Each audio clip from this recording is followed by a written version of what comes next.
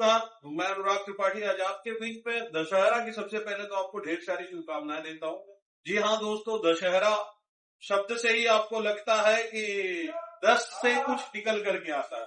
तो आज मैं आपको बताऊंगा दशहरा हम क्यों मनाते हैं, दशहरे का महत्व क्या है, दशहरे को लोग हिंदू धर्मों में इतना ज्यादा उल्लेख क्यों करते हैं। तो इस दशहरे के बात को जानने के लिए कृपया वीडियो अंत तक देखिएगा, लाइक करिएगा, चैनल को सब्सक्राइब करिएगा। अगर अभी तक आपने चैनल सब्सक्राइब नहीं किया है तो बेल आइकन पे जाकर के क्लिक करिए, शेयर करिए और सब्सक्राइब करिए। अब बात करते हैं दोस्तों दशहरे की। तो दशहरा जैसा आप सभी को पता है कि दशहरा का मतलब ये होता है कि दशहरे का दो उद्देश्य है। पहला उद्देश्य अगर आपसे चर्चा करता हूं तो आप सभी लोगों ने श्री रामचंद्र के बारे में जान रहे हैं, आप सभी हमें उन्हें भगवान मान करके पूछते हैं, वो भगवान हमारे आराध्य है।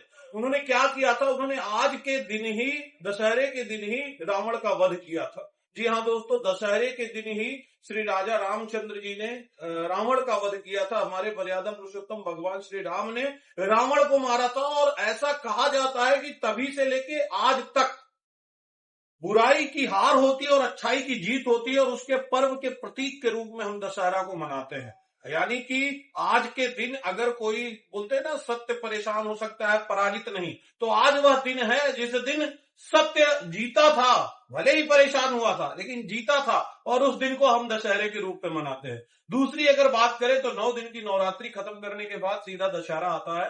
9 दिन की नवरात्रि के बाद में आप सभी को पता है कि जब महिषासुर नामक राक्षस उत्पन्न हुआ था, उस समय सारे देवी देवता परेशान हो गए थे कि उसका कैसे संहार करें, उसका कैसे वध करें।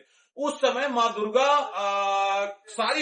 दुर्गा के अंदर सारी शक्तियों को सम्मिलित करके उसका वध करने के लिए माँ दुर्गा ने अवतार लिया। लगातार 10 दिवस और 9 रात्रि तक जो उनके साथ में उनका एक युद्ध चला, उसके बाद आज ही के दिन महिषासुर का वध किया गया। यानी महिषासुर मर्दिनी के बारे में भी अगर हम जानते हैं तो वो आज ही का दिन था जब महिषासुर का वध किया गया था, और तब से भी हम आज से लेकर के दशहरा मनाते हैं। अब बात करते हैं इसकी तीसरी बात की।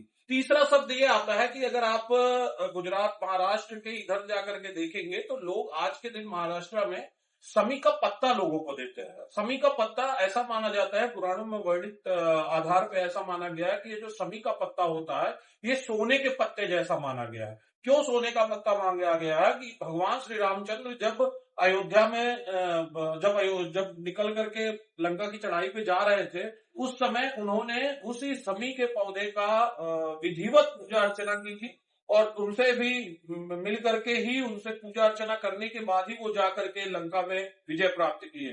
तो ऐसा माना जाता है कि समी का पत्ता देने से, और समी दूसरे तरीके से शनि महाराज का ही पौधा माना जाता है, यानी हर तरह का आपका ग्रह क्लेश भी कटता है उससे। और साथ ही साथ समी को धन कुबेर, जो धन के वैभव है, वो कुबेर भगवान का साक्षात रूप भी माना जाता है। यही एक कारण है कि सभी को सोने की संज्ञा दी जाती है, और लोग आज की डेट में एक दूसरे को सभी का पत्ता दे करके एक दूसरे को सोना सोना बोलते हैं कि आपके घर में भी समृद्धि रहे, सुखी रहे, शांति रहे। ये ऐसा है हमारा दशहरा का दिवस। तो सभी हिंदू धर्म के भाई बहन मिलकर के दशहरे के दिवस को सेलिब्रेट करेंगे। अगर गांव की बात करें तो विभिन्न तरह के छोटे मोटे मेले लगते हैं। छोटे मोटे मेले में बच्चे जा करके अपनी अपनी खुशियां बांटते हैं।